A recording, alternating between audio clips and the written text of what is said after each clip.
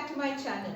So if you've seen my last two videos, you will know that I have shared a red velvet cake sponge and a cream cheese frosting recipe.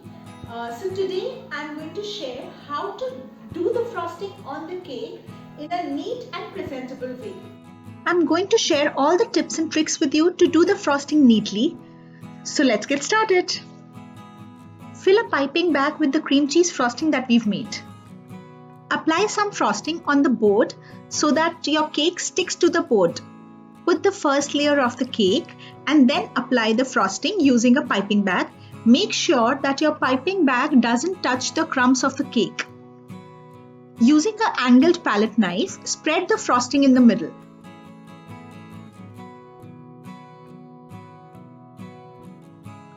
Repeat the process for all the layers of the cake, making sure that the cake layers are exactly at top of one another.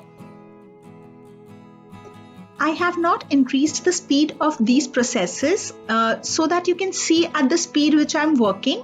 Also, if you're a beginner, you can definitely go slower. After every second layer, make sure that you do the sides simultaneously.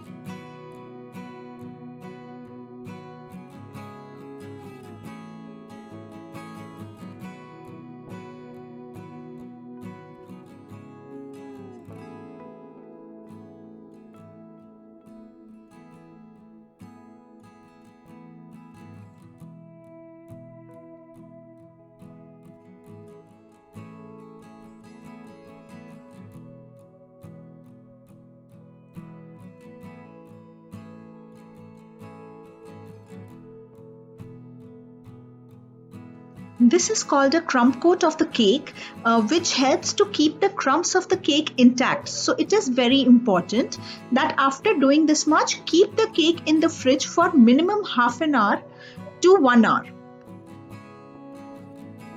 After taking out your crumb coated cake from the fridge, using a piping bag, apply cream on all sides and the top of the cake.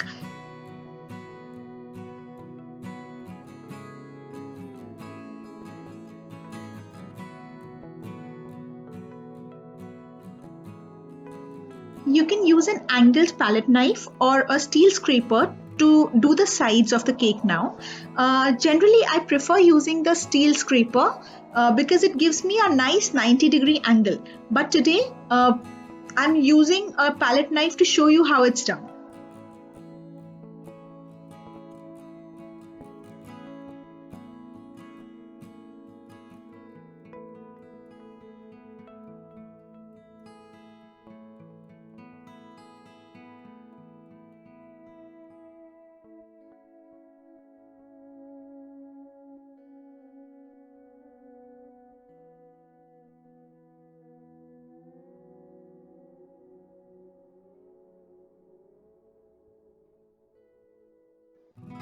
I'm using the previously saved red velvet cake crumbs to decorate the cake.